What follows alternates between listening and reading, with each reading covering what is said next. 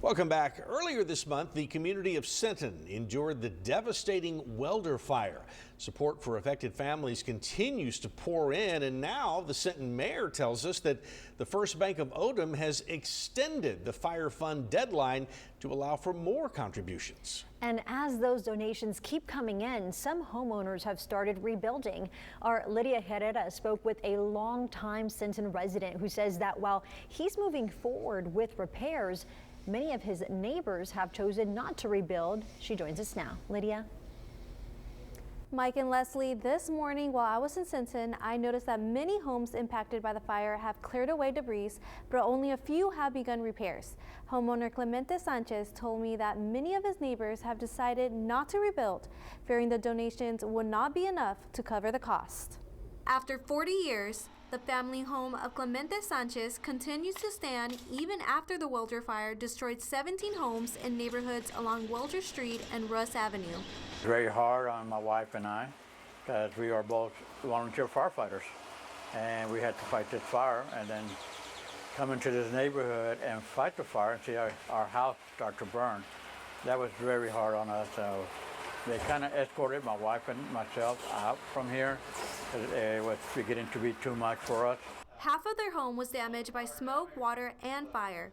Sanchez says repairs began a week later, but they faced yet another setback. And I got broken into, and all my tools were stolen. Police department, they do a great job. They were able to catch the people that broke into my house and recover just a few of my tools. Sanchez says nothing will stop him from rebuilding his home. I've had people ask, why am I coming back? And my answer is, this is home. This is my neighborhood. This is where our son grew up with all his friends. So I feel that I belong here. Esteban Guerra with the Sinton Chamber of Commerce says the fire fund with First Bank of Odem has already collected over $60,000 in donations.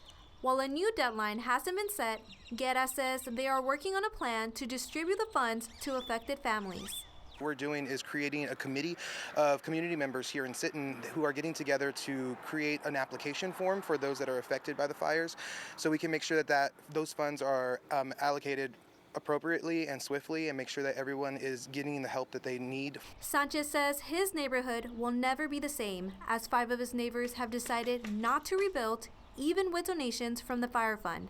And just turning the corner and seeing all these empty lots, it's going to be hard, but it's something we're going to have to get used to, knowing that some of them are not coming back. The Sinton Chamber of Commerce will have a table at this weekend's Robstown Carnival to collect monetary donations for families impacted by the Welder Fire. Mike and Leslie, back to you. Lydia, thank you so much for those updates and our continued thoughts with all of those impacted by the Welder Fire in Sinton, and our well wishes to them, absolutely.